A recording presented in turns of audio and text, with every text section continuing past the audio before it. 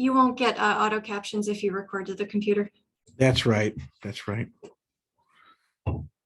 Well, welcome to this introduction beyond the Scantron, an introduction to authentic assessments. And I was talking to Veronica before we started this workshop, and we were discussing, some of the assessments she uses, and the reality of it is that my speculation is that the vast majority of instructors, not only at Kalamazoo Valley Community College, but everywhere in higher education, and at some level they're using, or at somewhere through their courses and instruction, they're using some form of authentic assessment. So this workshop is simply to kind of introduce the basics of some of the research-based ideas about assessments and so forth, and to kind of add to your repertoire of strategies that you have in play, they can add to what you have in place already. So we're going to start with moving on. The objectives. So I have some objectives for this workshop, and hopefully by the end of this you can explain the characteristics of an authentic assessment, so far as what some of the research and experts have have published, and then explain the advantages and disadvantages of authentic assessments, because it has both. There are advantages for the students and some disadvantages, and there are some disadvantages to using them as an instructor. So it's important to understand those. Identify and explain the components in creating an authentic assessment. So when creating an authentic assessment, we're going to be looking at things such as, what are the types that are out there? And then and another component would be the use of a rubric, which is an essential aspect. And we're not going to dive deep into rubrics, because that's a whole nother workshop or series of workshops if we get to that point in the future.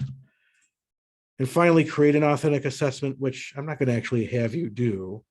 We will, if we have time toward the end here, look at some actual authentic assessments that have been used at community colleges or so forth, and kind of pick them apart and look at them if we have time. But those are our objectives for this workshop. And so the agenda kind of aligns with that. So what is an authentic assessment? So kind of starting off with a very basic fundamental understanding of what do we mean? Let's have a common language about what an authentic assessment actually is. And part two, I forgot to rename this. It's not rationale for authentic assessment. It is the advantages and disadvantages. So that's part two. Part three, creating authentic assessments. And this is where we'll spend most of our time. And then part four, examples, if we have time. We'll see where we end up with time. All right, so what is an authentic assessment? And this next part here is kind of my plug for maybe an online strategy and a tool that you might be able to use if you're not familiar with it. So there's two prompts that I have for you. And the first is, what does authentic assessment mean to you? The second prompt is, what do you want to learn about authentic assessment? And the way that we're going to kind of put our thinking up in front of our eyes for everybody to see is we're going to use Padlet. How many of you, and you can just put it in the chat, how many of you have heard of Padlet or have used Padlet?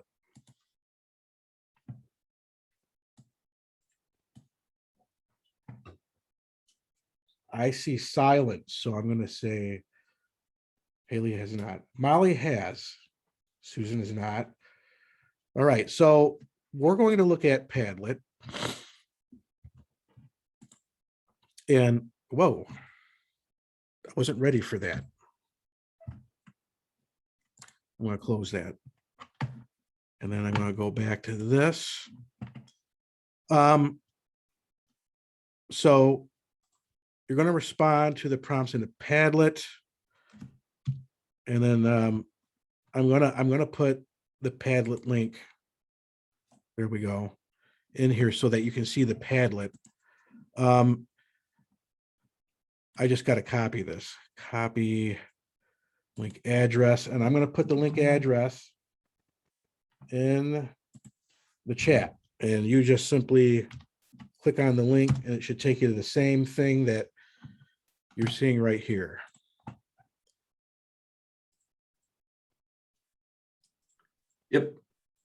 Yep. Just give me a yup or a thumbs up or whatever. Let me know that, you know, if you've gotten here. It's not showing in the chat for me. It's not showing in the chat for you. Why not? Is anybody else not seeing it in the chat? Okay. If it's just me, don't worry about it. I'm not going to worry about it. I see David reposted it. So did you see that one, Haley? No, I think my chat's doing something weird. Okay, Haley, we're going to abandon you. All right. Sorry. Now on the chat, you can see the two prompts, and what you're going to do is you're going to simply, to answer the first one, you click on the plus box, and then you're going to, you don't have to put a subject in there necessarily, unless you want to, but you can just write your response in this part here. All right, so I'm just going to, for a demonstration,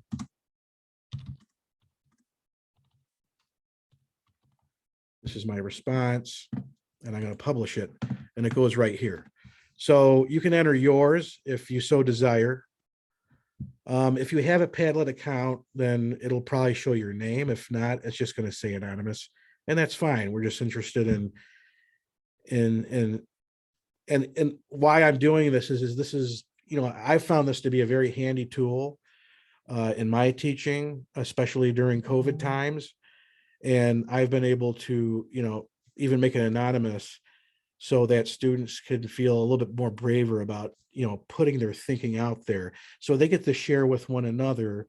And then, you know, for me as the instructor, I can get a sense of where they are so far as their knowledge of the topic.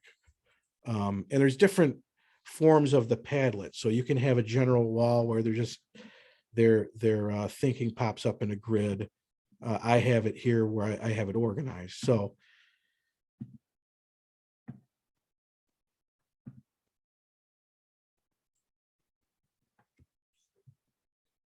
I'll just give a moment of silence for people to respond, and then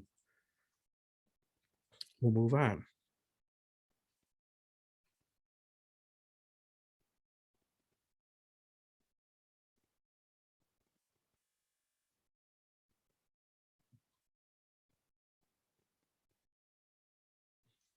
I think this one here is essential, helping students apply the material.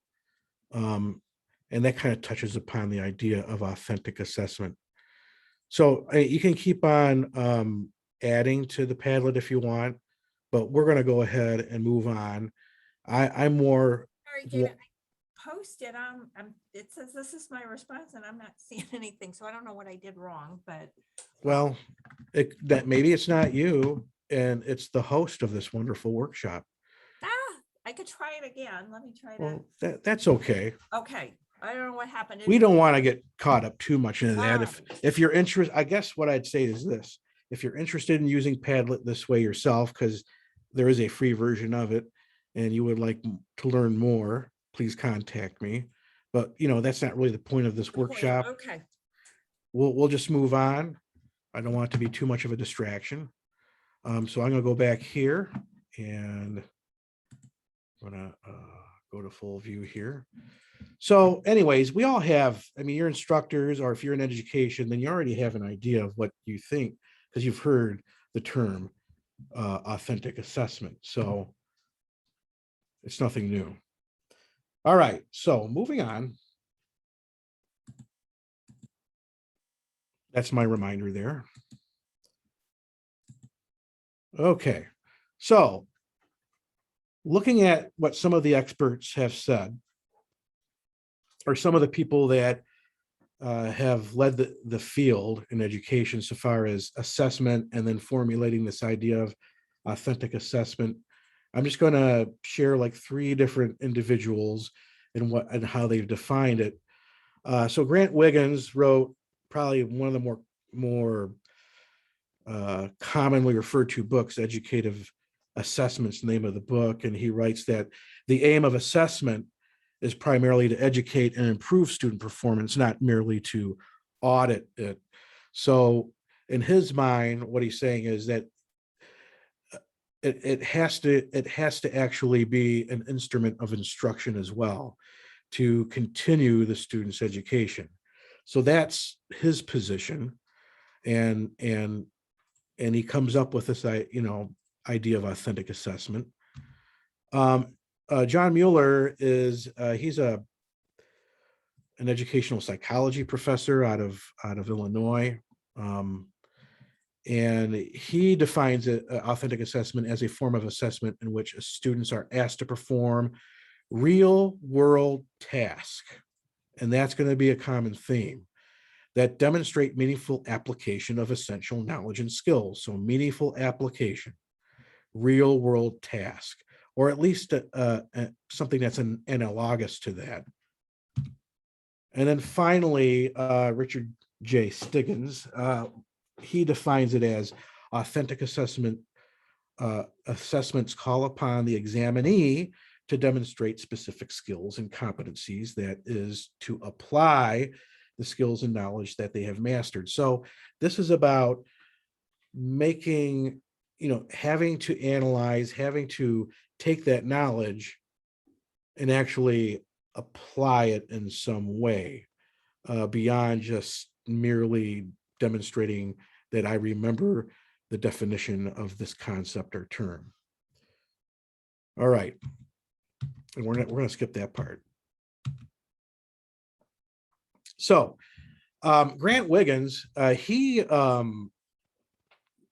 did is he kind of looked at, it's important to understand, what typical tests do. And when he means typical tests, the traditional tests that, you have fill in the blank, true and false, multiple choice, these types of test items that, in his argument, he's not saying that these should never be used to assess students. It's just that they're limited. So that's his frame of reference so far as typical tests. So some of the things that define a typical test that are used is they require correct responses only. So that's it. It's just either it's correct or it's not. It must be unknown in advance to ensure validity. Okay, so students are not going to know the nature of the test beyond, well, it's multiple choice, and I got this very long study guide from my professor.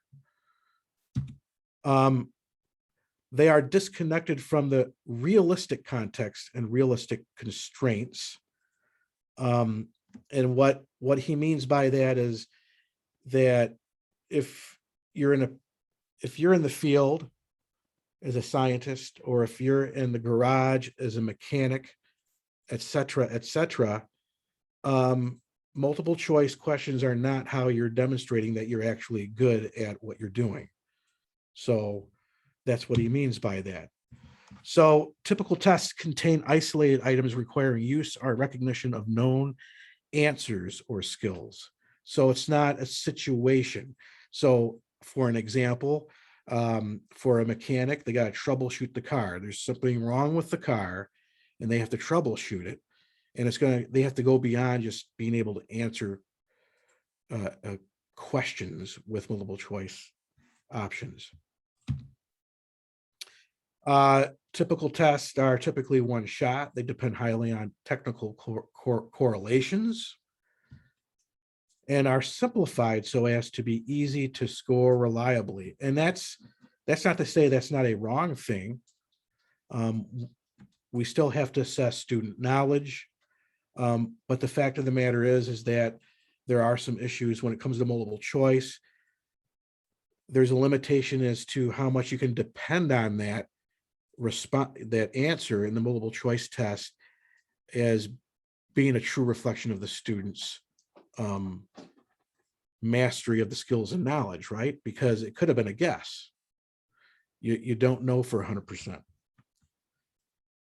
So that's a typical test. So now let's move on to authentic task, and what are kind of the defining characteristics of authentic task? And you'll see how these are different. They require quality, product, and or performance and justification. And for me, the key word here is justification. So if they have to justify the answer, I mean, if you had a multiple choice question, but then they had to justify the answer, all of a sudden they have to, it's not a guess anymore. You know, why are you answering the way you're answering? And that's a very simple form. But more often there's a quality product or a performance. So a quality product, I don't know, a research proposal, or a performance. I'll go back to mechanics again. The mechanic can, you know, the student can successfully change brake pads on a car. That's performative. And in that case, they're applying the knowledge that they have. Authentic tasks are known as much as possible in advance. That's right. They know in advance, involving excelling at predictable, demanding, and core tasks, and are not gotcha experiences. So whether it's in the field, whether it's in, you know, writing an essay, they know in advance. They have the rubric. The student who has to change the brake pads on the car, they know in advance, this is what I'm going to do. It's not going to be a surprise. Typical tests often do have surprises in them. Students don't really know in advance. You know, typically, you know, they have this long study guide and they don't know which pieces of information they're going to get tested on. Authentic tasks that make up an authentic assessment require real world use of knowledge. The student must do history. They must do science, etc., in realistic simulations or actual use. So sometimes you have no choice but to make a realistic simulation, especially in COVID times when we're teaching online so much. Also, they are integrated challenges in which knowledge and judgment must be innovatively used to fashion a quality product or performance. So when the student is placed in a situation that is unique and they have to apply their knowledge to that unique situation, now they really are proving their mastery of the knowledge and skills that they've been learning in the course. Authentic tasks also involve complex and non-arbitrary task criteria and standards. And when we talk about criteria and standards, we're typically thinking of a rubric, right? That defines certain aspects of what the student needs to do to demonstrate mastery. And finally, authentic tasks are intuitive. In other words, they contain recurring essential tasks, genres, and standards, and they provide direct evidence involving tasks that have been validated. And here, right here is this idea of evidence, having evidence that the student can actually make practical application of knowledge and skills in a novel situation. You know, and that's why I think I'm leaning on whether it's you know, in the field of a or in the lab or in the shop, or we could even go medical in a nursing school situation. If they can perform a task where they're using their knowledge and skills in a very practical and real world way, there's your evidence. And of course, the criteria in the rubric will provide that. And we can talk about that later. All right. So Grant Wiggins goes on and he talks about these ideas of indicators of authenticity. So when we look at any specific task that an instructor will create, what are the specific things that let us know that this is an authentic task? So one is we can assess whether the student can explain, apply, self-adjust, or justify answers. So right away, and I'll go back to this example of the idea of one thing I would like to do, and not all the time because it does slow down your grading. And that's another, we'll talk about that in advantages and disadvantages. But even with a multiple choice question, you can raise it up to the level of an authentic assessment when you make them explain or justify their answer. All of a sudden now it's not just a guess, they have to explain it. All right. So not just the correctness of the answers using facts and algorithms. So they have to justify the answer, or the task is authentic in the performance aspect of it. The task, the criteria of the task, and the standards by which work will be judged are predictable or known, like the recital piece, the play, engine to be fixed, proposal to a client. They have to be known. So so you have to have a set criteria. That's why we think of rubrics when we think of authentic assessment, because if we don't have set standards and criteria of which to assess the task with, then it becomes subjective on the part of the instructor, and the student won't really know for sure what they're being assessed on.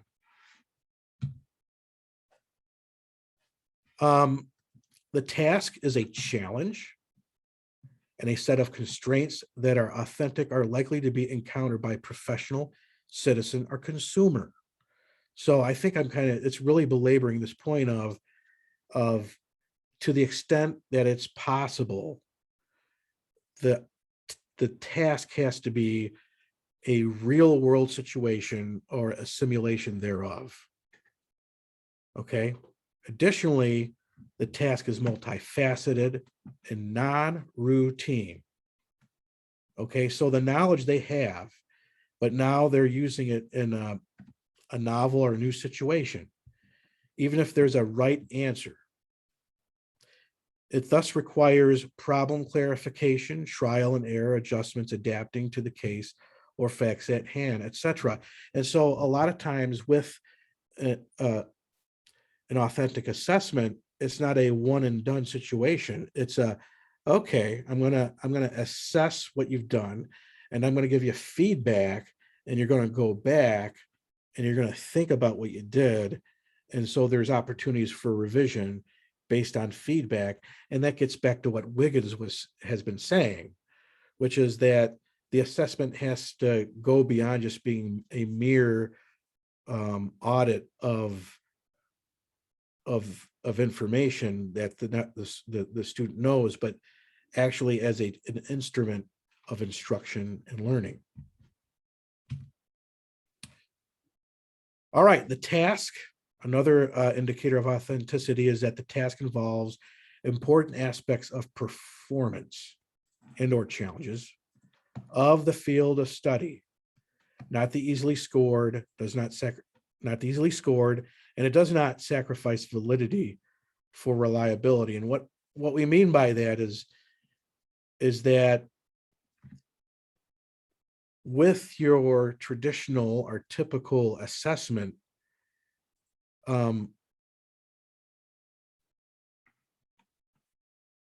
there's a rationale for having an assessment where you're doing a quick check on knowledge, fact-based knowledge. That's legitimate. And also for the sake of the professor's sanity, they have to have the ability to have some efficiency in scoring. So obviously with an authentic assessment, you're not using them all the time, right? But with an authentic assessment, you're talking about performance, and there is no easy way to automate that type of assessment. That's a hands-on, more in-depth analysis of the student and what they've done, and then the provision of feedback.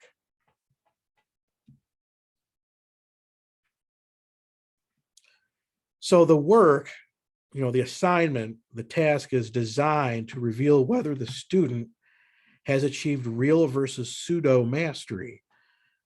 And I think Wiggins is, it's a strong word, but I think he's alluding to, multiple choice doesn't really demonstrate mastery. It does demonstrate the possibility, the likely possibility that the student knows that factoid, but it's not really mastery. All right, so, or understanding versus familiarity over time. The task is valid and fair on its face. It thus evokes student interest and persistence and seems apt and challenging to students and teachers. And so here's the other part of a rationale for using an authentic assessment, and that is that it evokes student interest. So now we're dealing with student engagement. So we often think of student engagement as something that we try to do in instruction to capture their interest, but an assessment can be that too, and that's what an authentic assessment can do.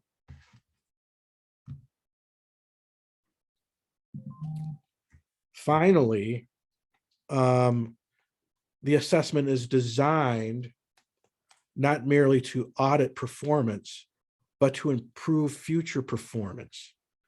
The student is seen as the primary customer of information. So again, this word audit, we're going beyond auditing performance. Now with an authentic assessment, we're using it as a means to further their learning, to further their mastery. So this is where feedback is important. Okay, so let's just summarize really quick part one. So an authentic assessment asks the student to do the subject. It replicates or simulates the context in which adults are tested in the workplace, in civic life, and in personal life. So now it's taking that knowledge and applying it again to novel circumstances. It can be simulated or for real. Assesses the student's ability to efficiently and effectively use a repertoire of knowledge and skill to negotiate a complex task. So that kind of just repeats this idea that you've just raised the bar so far as their skills. They can now make practical use of skills in context, whether it's in the civic world or the social world or in their specific field of study. And then it allows for appropriate opportunities to rehearse, practice, consult resources, and get feedback and refine the performances and products. And just to give you some real world examples of what this really means is, I'll go back to the student who's learning how to be a mechanic. And so they know ahead of time that they're going to have to demonstrate that they can efficiently change the brake pads on a car. And so because of that, they have a chance to practice and rehearse and consult resources to do. The same thing with a dental hygienist student, as they demonstrate how well they can do certain performance functions on examining and cleaning teeth. So that's part one. And so now we have a good idea of some of the ideas of what an authentic assessment really is. It really tries to get the students to apply their knowledge, their skills, in as much of a real world way as possible. Hey, Dave, can Yes. I lend can I lend an experience? Absolutely, please. to support this. So I am personally a talented test taker. It's just kind of, I've had extra training. It's a natural ability of mine. And I have always known that multiple choice tests do not really represent my knowledge of the subject. And I tested this one time. And this is anecdotal. This is a very small sample size of one, so take that with appropriate grains of salt. But one time I did an experiment in college where I had a longer exam for a required gen ed science class. And I counted how many of the multiple choice questions that I was guessing on. And it was a full 30%. Full 30%. I did not study very well for that test because it was not one of my interests. And I got an A. So I think that is going to equally apply to people on the other side of the aisle who have test anxiety, for example, and aren't natural test takers. I think you could take that, you know, if I was missing 30% of the knowledge, but I gained at least a 90% on the test, you could take those numbers and push them in the opposite direction as well. I think that's a great illustration of the powerful difference between the two. And they both had, you know, that typical type of testing that you're talking about, Molly, and in authentic assessments, you know, they both have their weaknesses and strengths. But there you go. Molly was able to ace a test where she didn't know 30% of the questions. And so test taking with a typical test, there's so much out there on strategies to do well on the test. So you're a good test taker, but are you really good at dental being a dental hygienist or a mechanic, or writing, for example, writing directions or writing an essay? All of these things require an actual demonstration that I've actually mastered these skills and this knowledge, whereas multiple choice can kind of represent a person's knowledge, but it's limited, as Molly demonstrates. So thanks, Molly. I'm going to add to that, David. I agree with Molly because I think over the years I've just learned to be a really good test taker. But even when it gets to the point where I'm unsure, I'm still in a ballpark in the right area and able to kind of make a good educated guess. Mm-hmm. But for some of us teaching, and I know in my career, and I know many of the healthcare and other careers, we have to teach students to be good test takers because their board exams are multiple choice exams. So to counter that, because we want them to be safe in the patient care areas too, I feel, David, some of the stuff you brought up helped to kind of cement in my mind. I never really thought about it, but we have multiple ways of assessing students. Mm-hmm. So one, we have to teach them to be good multiple choice test takers, but we have the benefit of having labs, and we do clinical scenarios and practicals, and they don't, they're not clean. They're presented a problem, and they're multiple facets, and they have to perform skills and problem solve. So that just kind of helped validate some of all of our numerous test taking strategies that we do, or assessment strategies, I should say, that we kind of are doing a multitude of things. So yeah, and again, now you start seeing that. Yeah, that's why, Wiggins is he's very, if you read his book, he's very, critical of typical tests, but there's actually real world practical reasons why you would want to be a good test taker. And if you're going in a field that requires certification based on that, then like you said, that becomes a legit real world skill all of a sudden. So that's a very good point, Susan. well, because I think, and I don't know if it's changed, but I it used to be, to get into, in addition to all the other stuff, but like to get into med school, dental school and all those other stuff, you used to have to take the MCATs and some of those, and those are all, assessment, multiple choice type questions. So, Mhm. Yep, yep. Teachers have to do it too, at least at the K-12 level. I know that for mhm, sure. mhm. And I'm like, well, this doesn't really represent whether I'm actually a good teacher or not. So yeah, excellent. Well, let's just talk quickly about the advantages and disadvantages. And I think a lot of us can actually right away, we could probably name them off without going through this. But let's focus on the disadvantages. Here's one: may require more time and effort on the instructor's part to develop and may be more difficult to grade. Not maybe, they take more time. And that's something that you have to balance out.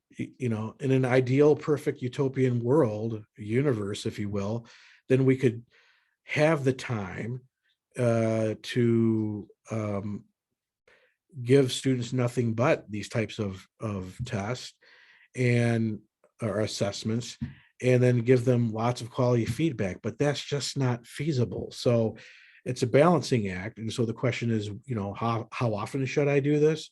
Where in my, in what spots in my course should I do it?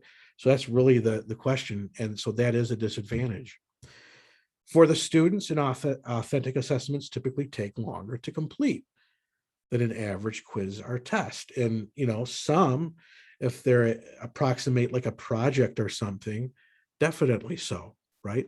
So that's a legitimate disadvantage because time is precious.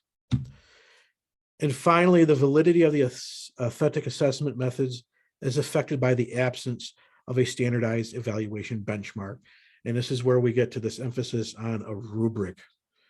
Because I have known instructors and teachers at the level I taught at where they didn't really have a rubric, not a proper set of criteria. And so therefore, how can you possibly justify your assessment? Because now the student doesn't really know, and it becomes a bit more arbitrary and subjective. So there's that, you run that risk without a proper rubric or a set of criteria. However, there are advantages, and they're important to consider. First of all, they're likely to be more valid than conventional tests, particularly for learning outcomes that require higher order thinking skills. I'm sorry, but you can't test problem-solving skills or critical thinking skills of any level really adequately without an authentic where the student has to engage in a novel situation that they apply their knowledge and skills in. The other advantage is because they involve real world tasks, they are also likely to be more interesting for students and thus more motivating.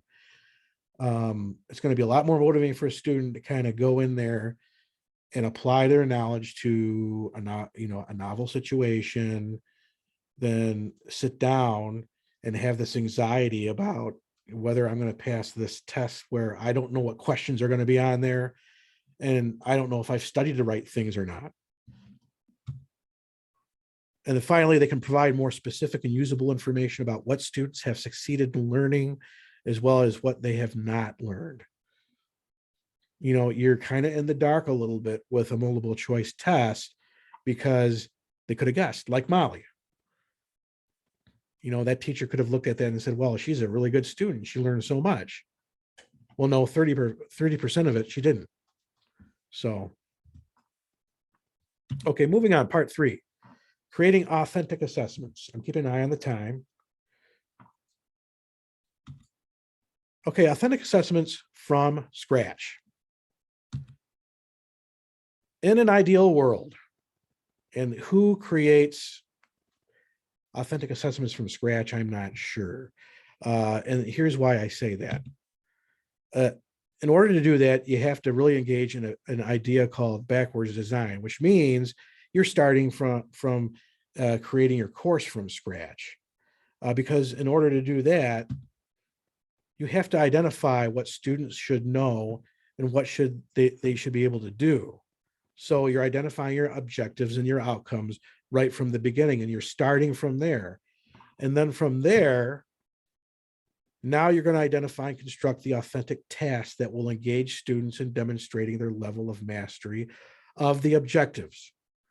So you haven't even created any lessons or activities in your regular instruction. You're making your assessment first.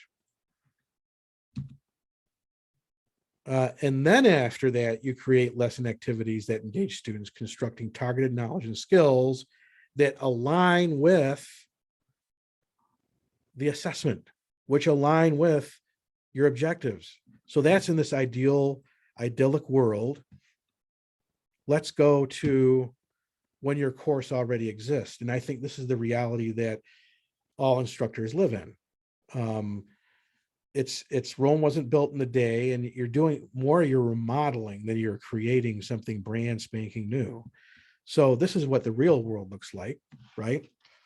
Things are already in motion. You're already teaching. So it's not going to allow you to necessarily do a backwards to design situation. So this is when your curriculum and instruction, they're already created. You already have assessments, but you want to go in and try to create an authentic assessment that aligns with your instruction. And so what that looks like is you still want to identify your outcomes or objectives. And, they're in there. Now, many of you or many instructors probably have that defined already. So you have them there already. You just have to make sure that your objectives or outcomes align with your actual instruction and also with your assessments. So there has to be alignment. 2, you create the authentic assessment activities that task students with these activities in a way in which they must target must use targeted knowledge and skills. All right, so you have to know what your objectives are, and you have to make sure that authentic assessment is aligned with what you're actually teaching. And this is a complaint that many students have at every level of education. Well, the test didn't match what the teacher taught. And that's something that we can avoid if we start here. So really, you're going back and you're doing an analysis of your objectives and making sure that they align with what you're actually teaching. And then you're creating that assessment that targets the same thing.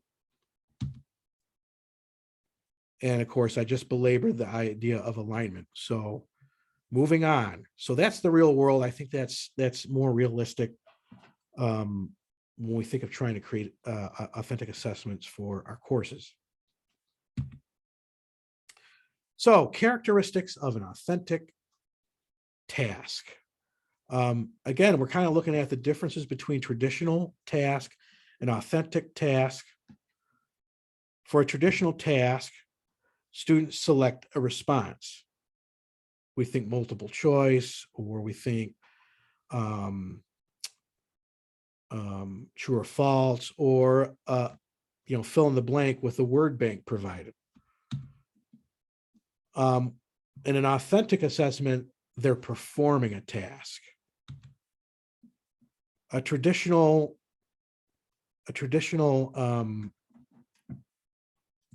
assessment are often they're contrived, whereas authentic assessments are real life or a simulation of. And then some people would say, well, wait a minute, if you simulate it, isn't it contrived? Well, it's not contrived if you've made an honest effort to simulate the real world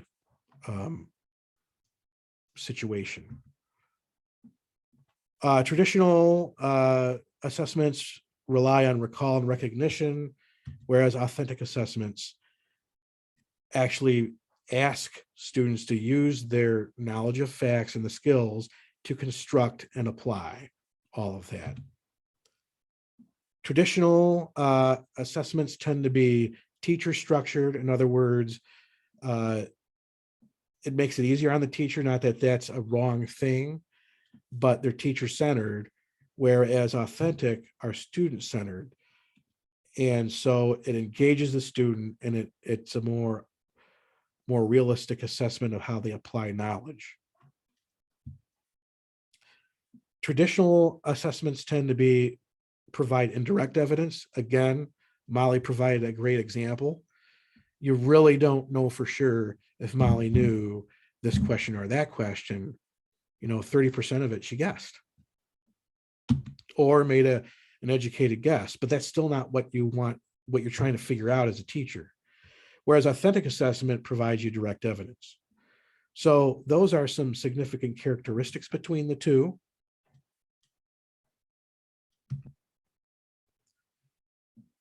And so now let's dive into types of authentic task. And so this other guy that I've referred to, John Mueller, and he has a great expansive website. It's quite extensive, and I will provide access to an annotated bibliography I've created with the sources I've used for this presentation. But there's a constructed response, which usually involves a lot of writing. There's a product, okay, and then there's a performance. So either one of these are like different types of authentic tasks. So for constructed responses, we have short answer essay questions, which a lot of people use. They'll take time to grade, but that's authentic. Identifying parts of a thesis, making a prediction, self-assessment with rubrics. So now they got to think about their thinking, think about how they honestly did with their whatever they've done, whether it be writing a paper or creating some type of product, or explain your solution. Those are examples. They're a long list, right?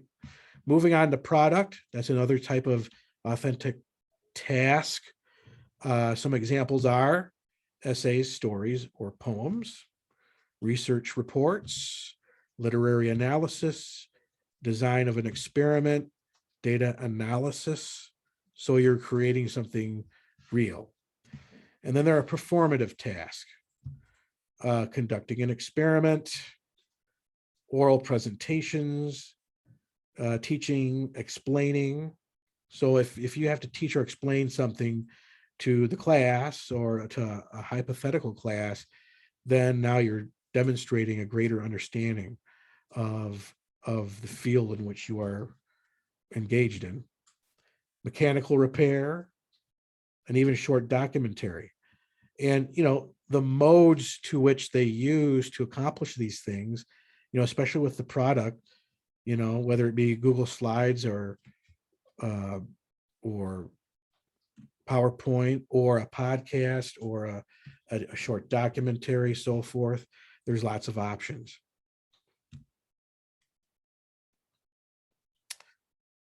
All right, finally, let's talk about rubrics. And I'm not going to dive deep into rubrics, but they have to be mentioned when we talk about authentic assessment. Rubrics are an essential part of an authentic assessment. They provide the student and the teacher a common and specific definition and language of achieving the targeted outcomes. All right, there's no guessing. Without a good rubric, grading can become more subjective and arbitrary and may lead to a student confusion over why they received the grade that they were given. So when it comes to rubrics, you got two choices. You're either going to have to find a rubric that already exists, or you're going to have to create your own. All right.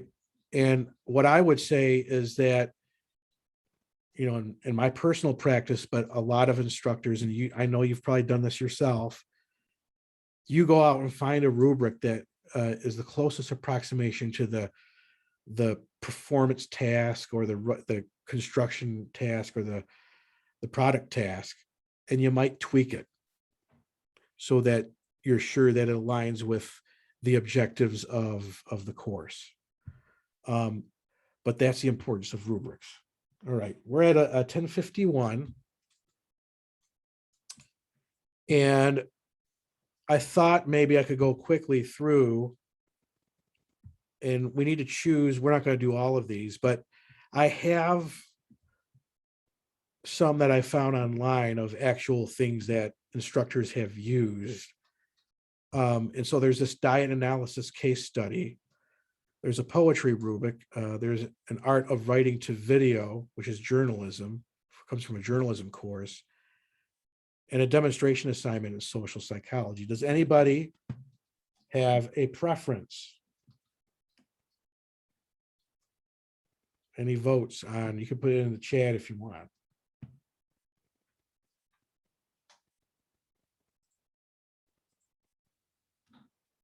And I've been totally ignoring the chat. There's great observations being made here. So I hope everybody's reading those. I'm totally diet analysis, writing a video. Well, why don't we do, okay, Haley. Okay, so let's do the art of writing the video. All right, so this is what this instructor has, and you have a rubric here, right? So task title, the art of writing to video and using natural sound. So here's the task. View packages that were obviously written to video and compare and contrast them to those that are wallpapered or poorly edited. So they're using some terminology that I'm not familiar with, and maybe some of you are not. There's certainly like media concepts, right? So we're going to assume the student understands this, right? After watching a few tapes, give examples of how sentences might have been more accurately written to video by rewriting the sentences. Indicate where you think natural sound, band playing music, train coming down tracks may have helped the piece breathe better. Explain in your own words why certain editing mistakes are considered mistakes. That's really good. And so there's a criteria, rewritten sentences. Here's the criteria, natural sound, and editing problems. And this aligns with this, which I would assume aligns with, the lecture here, Law and Ethics of Broadcasting, where these things were taught. So this is an example of an authentic assessment. And of course, whatever the students create here, and I think they're probably writing their response to these prompts here. So that's authentic, right? It is 10:55. Does anybody want to do just one more, the biology one? I think that might be worth doing. Diet analysis case study. I thought this was clever. So this particular instructor, they're doing, their client is male country music entertainer of the year, Kenny Chesney. Now that probably would engage students in that they wouldn't think it's funny unless you don't like country music. I don't know. But this is, and I'm not a biology teacher, but here's the nutrition information sheet. So the student is provided all the real world type of information they would need on this particular person. Here's a background. There's some more information about this person. So lots of essential data so that they can actually perform the task. And then now they're going to do an evaluation of this person's dietary patterns. You're going to do a profile on their lipids. And then they're going to look at the digestion of a 6-inch Subway club sandwich. So now they really have to start applying their knowledge in a genuine way. All right. So that concludes the workshop. I packed a lot in there. I had to move really quick. So what I want to do is I have all of you in here so far as who's participated. So, and basically that's Susan and Veronica. So what I'll do is I'll send you my annotated bibliography as well as a little survey you can take to assess me in the workshop so I can figure out what I can do better in the future. From that, are there any other questions that you have that came up that you'd like answers to?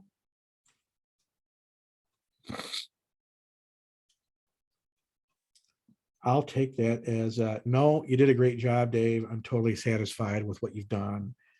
And now I'm going to be more amazing at what I do. All right. Well, thank you very much for attending my workshop. And I'm looking forward to working with you in the future as well for other ones. So keep an eye open for future workshops. And please have a good day. Thank you, Dave. You are welcome.